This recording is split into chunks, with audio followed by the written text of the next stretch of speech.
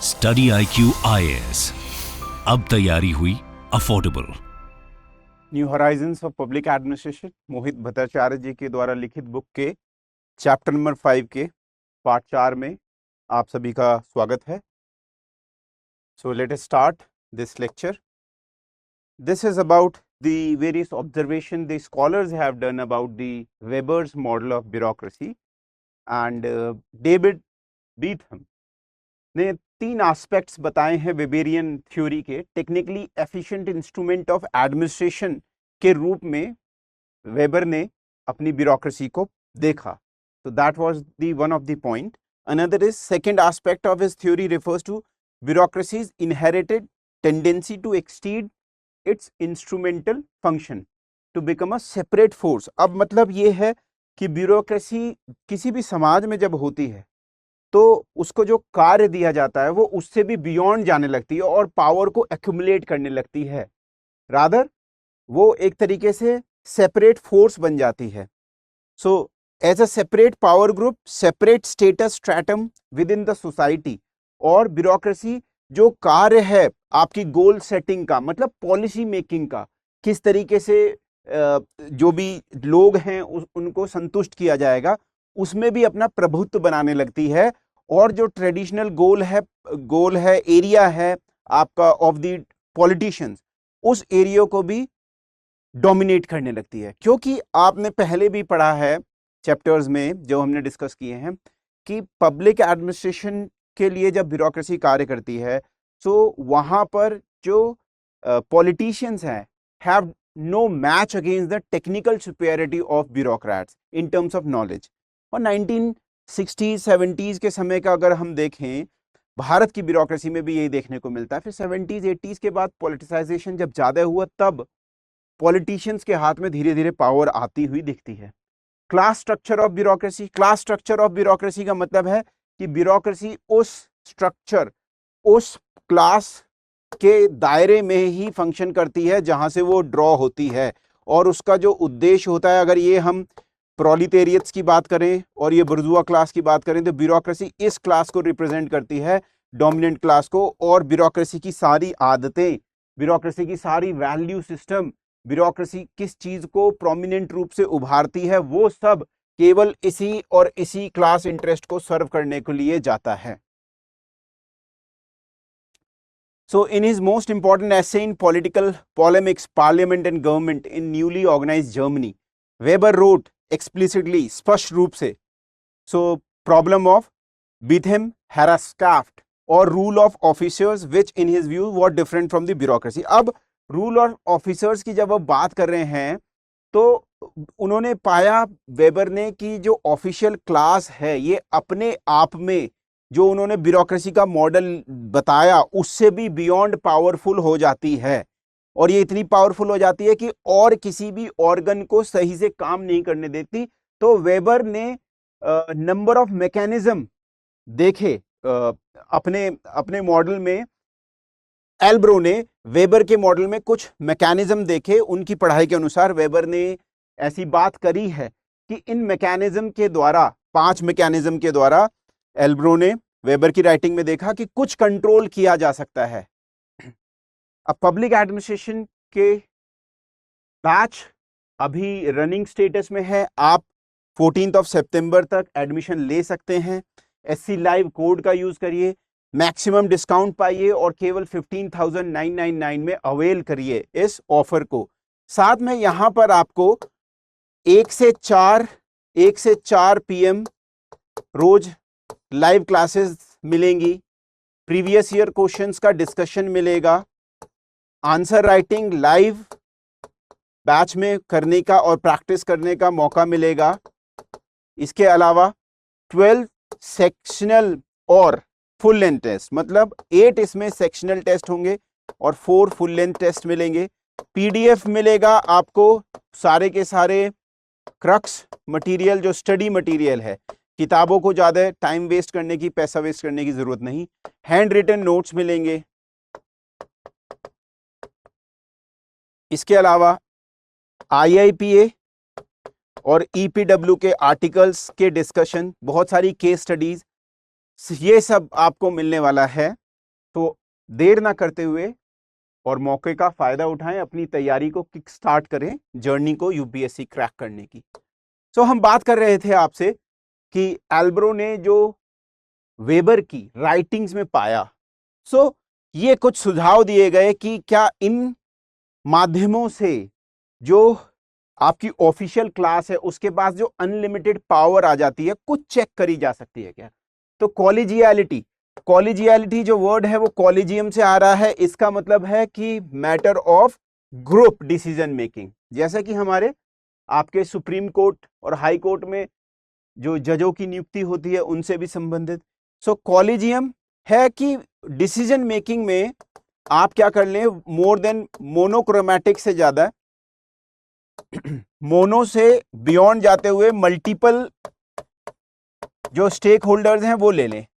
अब मल्टीप्लिसिटी होगी किसी भी डिसीजन मेकिंग में, तो वहां पर यह संभावना कम रह जाती है कि एक्सप्लॉइट या फिर जैसे हम कहेंगे कि करप्शन का भाव हो या किसी और के अधिकारों को कुचला जा सके, क्योंकि मल्टीपल मेंबर होंगे तो एक दूसरे को चेक करेंगे। परंतु इसका एक नेगेटिव एस्पेक्ट है कि स्लो डिसीजन मेकिंग हो जाएगी। फिर दूसरा है सेपरेशन ऑफ पावर। एक ही वर्क को करने के लिए अगर दो बॉडीज में बना दी जाए, बॉडी 1 और बॉडी 2, सो यहां पर भी जो एक बहुत ज्यादा किसी भी एक फंक्शनरी के पास पावर होगी तो ये दोनों चेक एंड बैलेंसेस करेंगे। सो ये इंस्टीट्यूशनल स्तर पे किया जा सकता है। जैसे कहीं भारत में कई चीजों में आपको ये देखने को मिलता है। फॉर एन एग्जाम्पल, जैसे शहरों में म्युनिसिपैलिटी और साथ में आपका जो डेवलपमेंट अथॉरिटीज बनाई जाती हैं, जैसे मसूरी देहरादून डेवलपमेंट अथॉरिटी और देहरादून म्युनिसिपल कॉरपोरेशन, यहां पर कई फंक्शंस एक दूसरे के साथ मिलके होते हैं। घरों का नक्शा और घरों कहां पर म्युनिसिपल जो फंक्शंस दिए जाएंगे, ऐसा अगर करा जा सके तो आपका सेपरेशन ऑफ पावर्स देखने को मिलता है। और यह इसको हम देख सकते हैं केवल इंस्टीट्यूशनल दर्जे के आधार पे भी, और हमारे सेपरेशन ऑफ पावर कॉन्स्टिट्यूशन में भी है, कई आधार पे देखा जा सकता है। तो किसी भी एक कार्य को करते समय यदि हम उसको विभाजित कर दें तो ए मैच्योर एडमिनिस्ट्रेशन, अब बिना किसी रेम्यूनरेशन के, विदाउट रेम्यूनरेशन, मतलब एक तरीके से एनजीओ की तरह, वो एक तरीके से वॉलंटियरिज्म की तरह अगर एडमिनिस्ट्रेशन का काम करा दिया जाए इमेच्योर लोगों से फ्री में पैसा लेके, तो भी कुछ कार्य बन सकता है। और पावर जो एडमिनिस्ट्रेशन की बहुत ज्यादा है, कम हो सकती है, कुछ कार्य दिया जा सकता है, परंतु ये लोग मैच नहीं कर पाएंगे एडमिनिस्ट्रेशन की जो जटिलता है। साथ में रिसेंट समय में अगर हम देखें तो वॉलंटियरिज्म है उसको धीरे धीरे पब्लिक एडमिनिस्ट्रेशन में भी लाया जा रहा है, भारत में भी, जिसको कुछ लोगों ने कंसल्टेटिव मैकेनिज्म को क्रिटिसाइज भी किया है, हॉलोइंग आउट ऑफ स्टेट की बात करी है। और कई जगह पर जैसे आपके पब्लिक पॉलिसी फेलोज, जैसे Haryana chief minister public policy fellows हैं, वो बशर्ते पूरी तरह आपके निशुल्क नहीं हैं, they are getting remuneration, but still amateurs को डिस्ट्रिक्ट मैजिस्ट्रेट्स के साथ लाना, ऐसा भी हमें देखने को मिल रहा है। सो डायरेक्ट डेमोक्रेसी है, राइट टू रिकॉल, अगर कोई ऑफिशियल सही कार्य नहीं कर रहे तो वापस बुला दिया जाए। डायरेक्ट डेमोक्रेसी से हम ये समझते हैं रूल्स आपके, जिसमें राइट टू रिकॉल भी हो सकता है आपका वापस बुला लेने का, और साथ में छोटी छोटी चीजों पे केवल और केवल ब्यूरोक्रेट्स का ना आधिपत्य रहे, उसके लिए भी जनता के द्वारा संवाद हो। But again that would be very not very practical way of think doing in the today's context. Representation की बात है तो वेबर रिप्रेजेंटेशन को बेहतर मानते हैं। रिप्रेजेंटेशन का मतलब है कि पॉलिटिशियंस और the elected persons in democracy are in a way showing the will of the people, so they are being representative. This set of people can somehow control the bureaucracy, control the administrative power, too much of power which is in the hands of government officials. अब हम critic of weber की अगर बात करें तो machine theory बोली गई है, बिल्कुल जैसे मशीन काम करती है। तो इंडिविजुअल्स क्या होते हैं, कॉग इन द व्हील हो जाते हैं, कोई छोटा सा पेंच हो जाते हैं एक व्हील में, और बहुत बड़ी मशीनरी है, ये लगातार काम कर रही है। Bureaucracy is big machinery which is working together and an individual is cog in the machine. Close system है, ब्यूरोक्रेसी अपने आसपास के वातावरण से, लोगों से बिल्कुल भी इंटरैक्ट नहीं करती है। ये बात आपको देखने को मिलेगी इंडियन ब्यूरोक्रेसी में भी, या कॉलोनियल ब्यूरोक्रेसी में जो इंडिया में थी उसमें ज्यादा थी, अब थोड़ा कमी हुई है, but still bureaucracy itself think itself as a class apart from the common people, fail to consider individual और बिहेवियरल एस्पेक्ट। ब्यूरोक्रेसी की थ्योरी में, वेबर की भी थ्योरी में, जो इंडिविजुअल्स के ऊपर या बिहेवियरल कंसर्न जो हैं उन पे कैसे लोग within the system, within the organisation काम करते हैं, उनके बिहेवियर को स्टडी करने की बात नहीं करी गई है। केवल rules, regulation, hierarchy, fair of competence, इस पे ज्यादा ध्यान दिया गया है। और साथ में सूटेड फॉर स्टेबल एनवायरनमेंट, लोगों अगर इन चीजों पे ध्यान नहीं दिया जाएगा तो एनवायरनमेंट स्टेबल नहीं रहेगा। तो बिहेवियर या इंडिविजुअल एस्पेक्ट बहुत जरूरी है इस चीज के लिए, इस पे कम ध्यान दिया गया। ब्यूरोक्रेसी का ज्यादातर जो उपयोग है वो रिपीटेड कार्य करने में है। एक बार स्टैब्लिश हो गई तो एक साथ मिलिट्री टाइप ऑफ ऑर्गेनाइजेशन है, एक साथ काम करते रहे एक जैसा। जहां पर भी नई प्रॉब्लम्स आती हैं वहां पर ब्यूरोक्रेसी फेल होने लगती है, इनोवेटिव थिंकिंग का अभाव होता है। Robert Merton, close control by rules favours reliability and predictability but lakhs flexibility. यही बात रॉबर्ट मर्टन भी कह रहे हैं कि फ्लेक्सिबिलिटी नहीं है, केवल और केवल जो नॉर्मल प्रोसेस है day in and day out वो करते रहो, पर कोई नए चैलेंजेस आते हैं तो ब्यूरोक्रेसी फेल हो जाती है। Instrumental and formalistic aspect of bureaucracy takes over substantive aspect. Rule follow करना और अपने सीनियर के यस मैन बने रहना, ये ज्यादा इंपॉर्टेंट हो जाता है, जहां तक कि सब्सटेंटिव एस्पेक्ट है, जो कि सोसाइटी की सोशल जो हेल्प है या पुअर की हेल्प है, पीपल की जो हेल्प है, सिटीजन्स की जो हेल्प है, वो कहीं पीछे रह जाती है। रूल्स, रेगुलेशन और करियर एस्पेक्ट, प्रमोशन का एस्पेक्ट, ये सब चीजें ज्यादा आगे चली जाती हैं, ये देखने को मिलता है। और सो इफेक्टिव ब्यूरोक्रेसी तभी इफेक्टिव हो सकती है जब रिलायबिलिटी हो, नियम कानून को बिल्कुल आपके लकीर की फकीर की तरह फॉलो करना, ये उसकी रिलायबिलिटी है, ऐसा रॉबर्ट मर्टन कह रहे हैं। Such devotion to the rules leads to their transformation into absolute, they are no longer conceived as relative to given a set of purposes.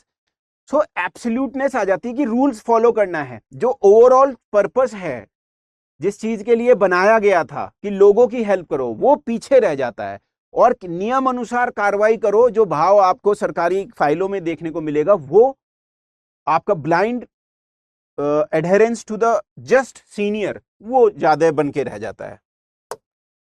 इसके अलावा सेल्जनिक कहते हैं कि सेंट्रल डायलेमा जो ब्यूरोक्रेसी में है वो तब आता है जब जैसे जैसे ब्यूरोक्रेसी बड़ी होती जाती है। जैसे आप भारत के संदर्भ में करें कि 1950s और 60s का भारत देख लें, राइट, और अभी का भारत देख लें 2020s का। सो धीरे धीरे हर एक समाज में, इंडिया में भी स्पेशलाइज्ड फंक्शन बड़े हैं, जटिलता बढ़ी है समाज में, स्पेशलाइज्ड फंक्शन बड़े हैं, परंतु और जब ये स्पेशलाइज्ड फंक्शन बढ़ते हैं तो क्या होता है, डिसेंट्रलाइजेशन करना पड़ता है, डेलीगेशन ऑफ पावर करना पड़ता है, मतलब ये जो हायरार्की है, यहां से कुछ पावर यहां दे दी जाती है या सिस्टमैटिकली ही नीचे कर दी जाती है, जैसे 73rd 74th अमेंडमेंट में किया गया। डिसेंट्रलाइजेशन और डेलीगेशन है, पावर कंसंट्रेट तो वही है पर उसको दे दिया गया है यूज करने के लिए। सो अब क्या होता है कि central dilemma in bureaucracy arising out of need for delegation and of responsibility to organisation sub system intermediary. इसका मतलब है कि आपका कोई भी ऑर्गेनाइजेशन है, यहां पर सबसे ज्यादा पावर है, let us suppose district magistrate या आप कमिश्नर मान लो, और नीचे जो पावर दे दी जाती है, जैसे कोई स्पेशलिस्ट बॉडी बन जाए, जैसे कि आपने विलेज डेवलपमेंट ऑफिसर है या पंचायत सेक्रेटरी है, राइट, ऐसे।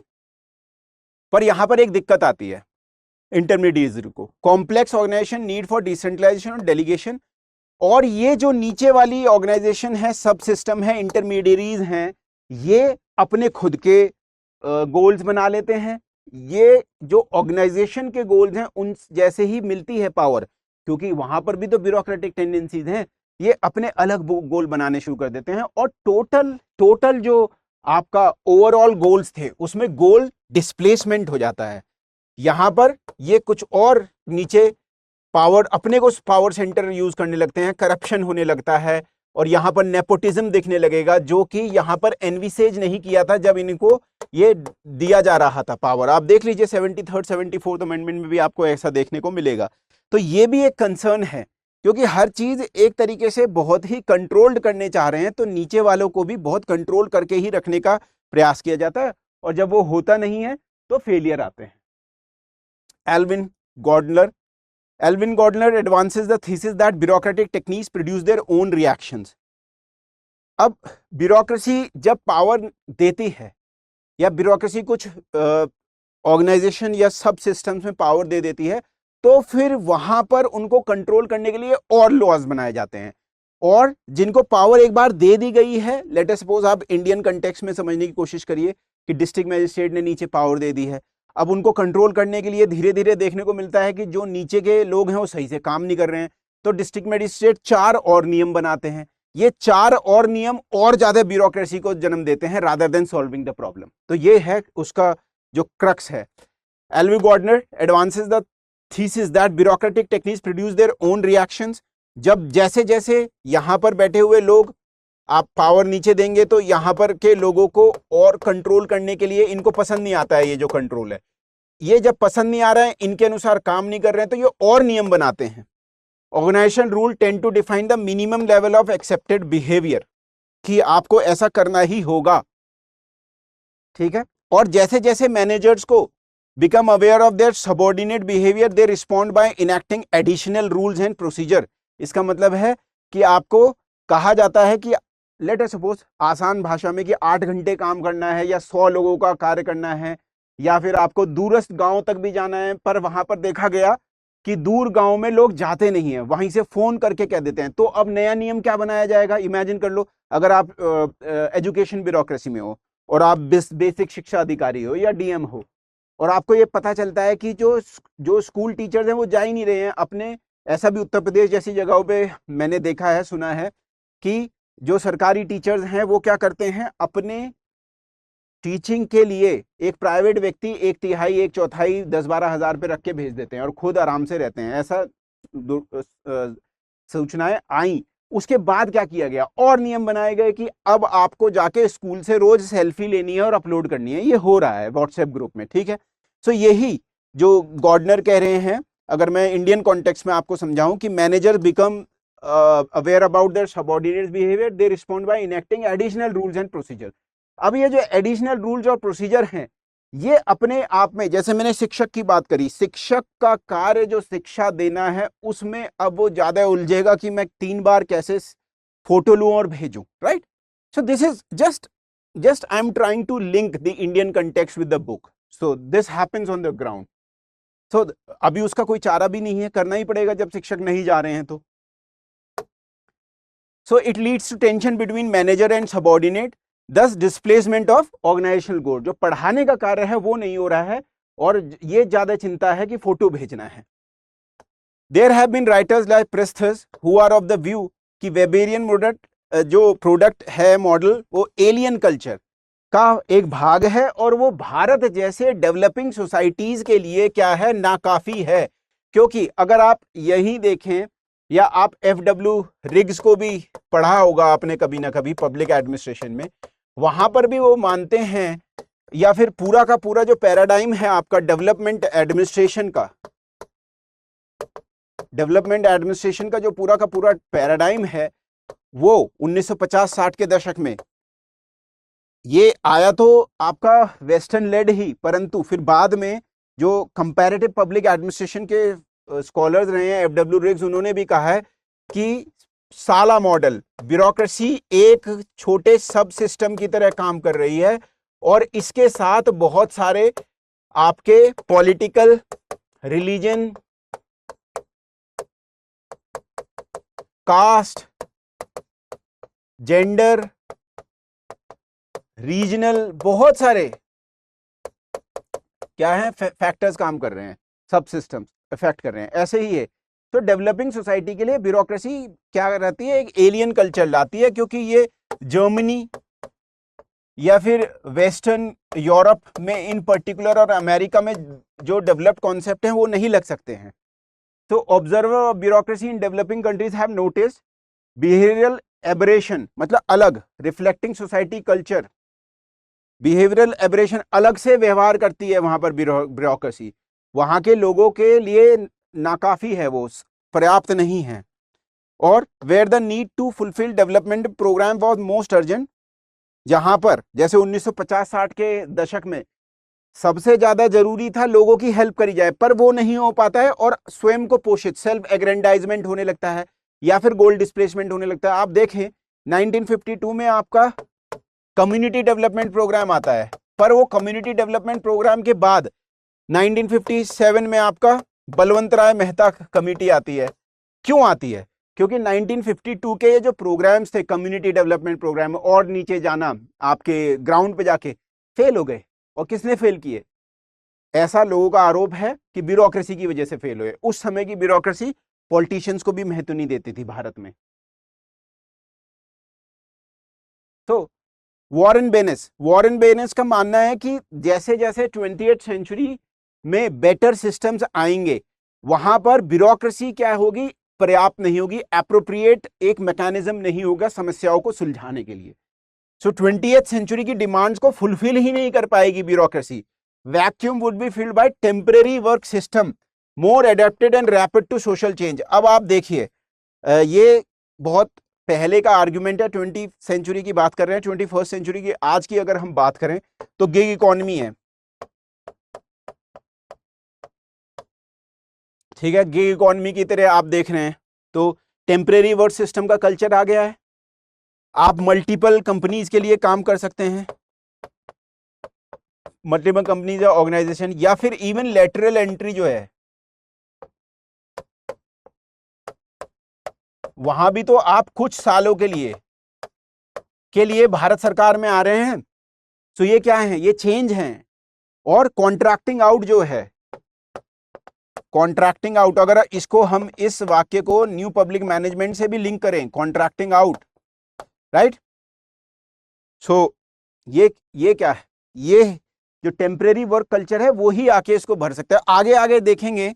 अभी तो जैसे भारत में तो बहुत दिनों तक ब्यूरोक्रेसी रहेगी, क्योंकि भारत क्या है, अभी ग्रो कर रहा है। पर जो ग्रोथ लेवल आने लगेगा, मतलब कि आपकी नेक्स्ट लेवल ऑफ जो डेवलपमेंट आएगा, वहां पर ब्यूरोक्रेसी जो रूल एडहेरेंस वाली बॉडी है वो ज्यादा कामयाब नहीं रह पाएगी। इसके अलावा Lloyd and Susanne Rudolph Weberian model को ये मोस्ट रैशनल मॉडल है। क्वेश्चंस इसको ही क्वेश्चन करते हैं कि क्या ये वास्तव में सबसे रैशनल है, क्या ये वास्तव में सबसे रीजन पे बेस्ड है?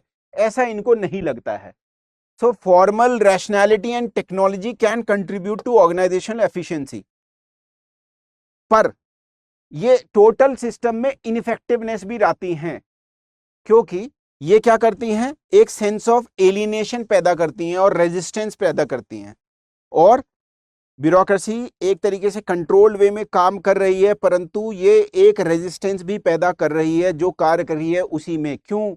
क्योंकि ब्यूरोक्रेसी के अलावा जो फोर्सेस हैं समाज में, वो क्या कर सकती है? फिर वो ऑथोरिटी के लिए, वो उस पावर के लिए संघर्ष कर रही हैं आपस में। सो ये पूरी तरह से आपकी जो टेक्नोलॉजी और फॉर्मल रैशनैलिटी की ऑर्गेनाइजेशन एफिशिएंसी की बात है, जाके ये इन टोटलिटी स्ट्रगल बन जाती है power against authority. Claus Offe another scholar वो क्या कहते हैं? The improbable and conditional form of organisation of society action, जो आपका घटित होने योग्य नहीं है, राइट।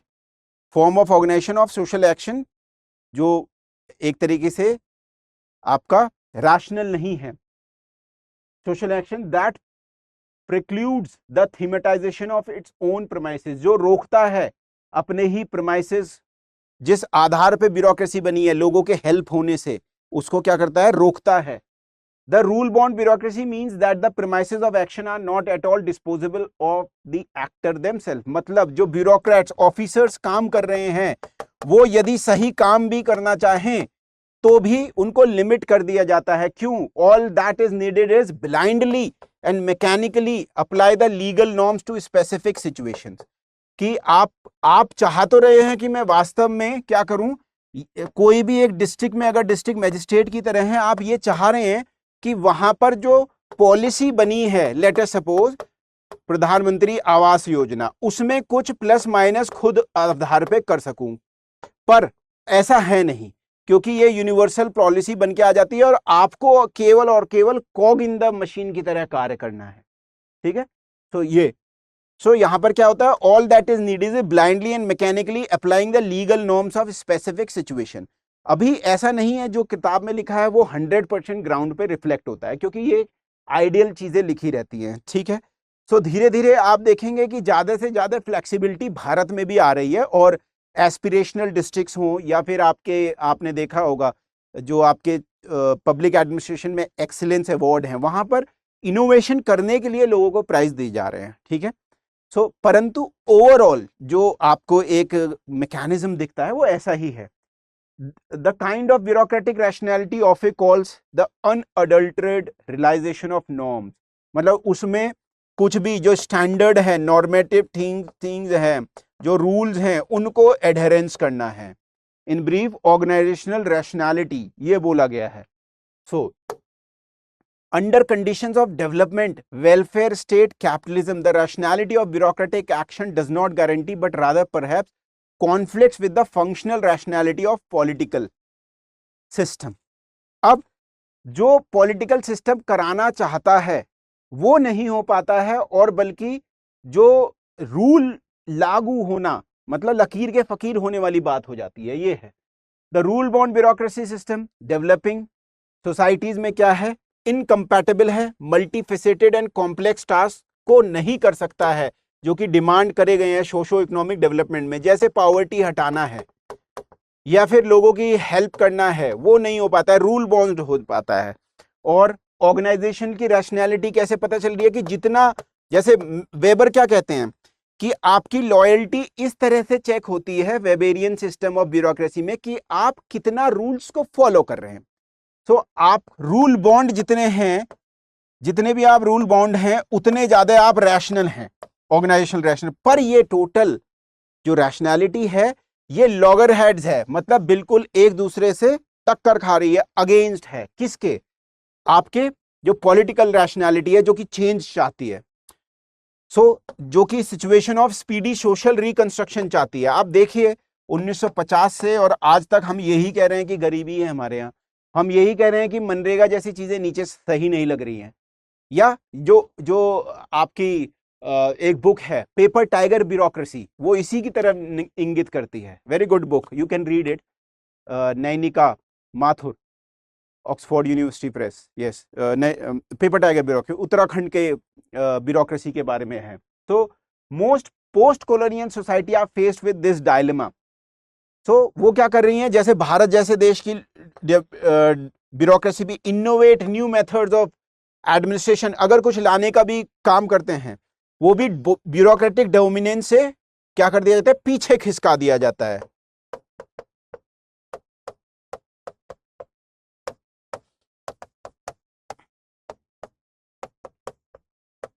आप देखिए सरकार ने इसे तोड़ने का काम किया है। ये जो एक ब्यूरोक्रेसी की टेंडेंसी है कि किसी और को वो आने नहीं देते हैं, प्राइवेट सेक्टर को भी नहीं, इसको सरकार ने धीरे धीरे तोड़ने का काम किया है। लेटरल एंट्री है या आईएएस डोमिनेशन को काम कर, जैसे आरंभ स्कीम है ना, ट्रेनिंग की, सबको एक साथ ट्रेनिंग दिया जाए, जो कि आपकी साइलोज बन जाते हैं या सुपीरियोरिटी आ जाती है, उसको कम करने का एक प्रयास किया है।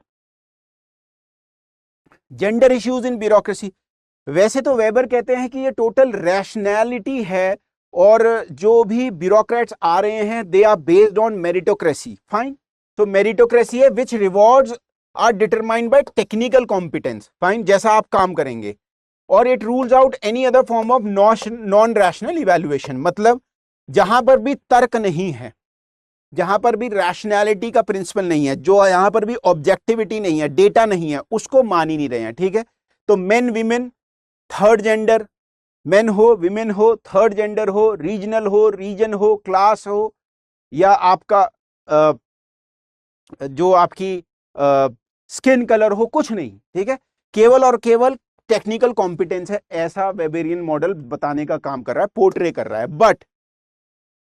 बट अभी उसमें वेबर का एक कोट भी है, the development of bureaucracy greatly favours the levelling of the social class. इसका मतलब है कि ब्यूरोक्रेसी जो है वो क्या है, आपके social class, it's a great leveller in the society. It means now if bureaucratic rules are there, so if bureaucratic rules are there, it means जो imagine fruit chart seller, investment banker, आप इन दोनों को जब देखते हैं तो आपकी छवि अलग दिख रही होगी आपके दिमाग में, है ना। अगर ब्यूरोक्रेटिक रूल्स लगाए जा रहे हैं तो दोनों के पास इक्वल अपॉर्चुनिटी है कि ये सोशल हायरार्की की लैडर को दोनों चढ़ सकते हैं। ये बहुत बड़ा कोई व्यापारी बन सकता है और इंटरनेशनली सबसे दुनिया की बड़ी फ्रूट चाट कंपनी बना सकता है, और ये इन्वेस्टमेंट बैंकर भी सबसे बड़ा बन सकता है। ऐसा वेबर कह रहे हैं कि it's a great leveller of social classes. तो अगर ब्यूरोक्रेसी कहीं भी ज्यादा एस्टैब्लिश हो जाएगी तो ऐसा करेगी, परंतु हम ये देखते हैं वास्तविकता में क्या है। वास्तविकता में हमें ये दिखाई देता है कि जैसे researchers Kanter, Betty and Abella have discovered the unequal distribution of power in the organisation and the general trend towards restricting women to the lower rungs. इसका मतलब ये है इवन इन ब्यूरोक्रेसी जो मेन वीमेन का जो खेल है power को डोमिनेट करने का, वो भले ही वेबर कुछ भी कह गए हो पर ये असलियत है। ऐसा वेबर की राइटिंग्स को जब रिफ्लेक्ट कर रहे हैं और डेटा से पता चल रहा है तो ये पता चल रहा है। So women they point out have less chance than men to rise in the organisation. It means hierarchy में प्रमोशन वीमेन की जगह मेन के जल्दी हो जाएंगे। अगर सेम पोजीशन पे भी मेन और वीमेन हैं, let us suppose IAS officer हैं, तो बेहतर जिलों का या फिर जहां पर ज्यादा चैलेंजिंग आपकी सिचुएशन है, अपॉर्चुनिटीज भी ज्यादा है, वहां पर मेन को पोस्ट कर दिया जाएगा। कुछ ऐसा अगर आज की कंटेक्स्ट में हम समझना चाहें तो, राइट। आप इसको देखिए जरा, खुद से स्टडी करिए, और जो हम अगर आप टेलीग्राम ग्रुप में जुड़ेंगे तो वहां पर मैंने भेज भी रखा है कितने चीफ सेक्रेटरीज भारत में इस समय, कितने चीफ सेक्रेटरीज स्टेट के लेवल पर और कितने कैबिनेट सेक्रेटरीज सेंट्रल लेवल पे विमेन बनी हैं। खुद आप स्टडी करिएगा, ठीक है। या फिर स्टडी करिएगा schedule caste, schedule tribe, other backward class communities को कितने प्रेजेंटेशन है। द प्रिंट में एक आर्टिकल है, आप सेंड इन द ग्रुप, अगर आप ग्रुप में जुड़ेंगे तो आप पा सकेंगे वो आर्टिकल। तो फेवर नहीं करता है, राइट। तो ये एक जो डेटा बता रहा है वो ये है, जो यहाँ पर स्कॉलर क्वेश्चन मार्क कर रहे हैं ये है। भले पर अभी भी हम देख रहे हैं कि recently that the trend is improving. Now last year more than 33% of the total people selected into UPSC were from the women gender, right, female gender, fine. So ये हमें रिफ्लेक्शन तो दिख रहा है, पर अभी तक ये देखने को मिला है, और वास्तविकता में कितने चीफ सेक्रेटरी हुए हैं वो भी आप देखिएगा, ठीक है। So there have been a recent change that the data has improved, but altogether this problem is found out by these scholars, right. So this was all about the chapter, last part of the chapter 5. If you want to connect with me, Public Ad by Shekhar is the Twitter handle and Public Ad by Shekhar is the Instagram handle also. Over here you will find lot of case studies. You will find lot of the best case studies for e-governance and related stuff, education and related stuff, where you can quote in your exams. Apart from that IIPA का बहुत सारे journals का articles, EPW के articles, और भी अगर आपको कुछ चाहिए हो और संवाद आप कर सकते हैं अपनी परेशानी, कोई भी प्रॉब्लम है अगर पब्लिक एडमिनिस्ट्रेशन से रिलेटेड, तो यहाँ पर आपका स्वागत है। Public ad by Shekhar. आज के लेक्चर में इतना ही, फिर मिलते हैं आपसे जल्दी, तब तक के लिए जय हिंद। स्टडी IQ IAS, अब तैयारी हुई अफोर्डेबल।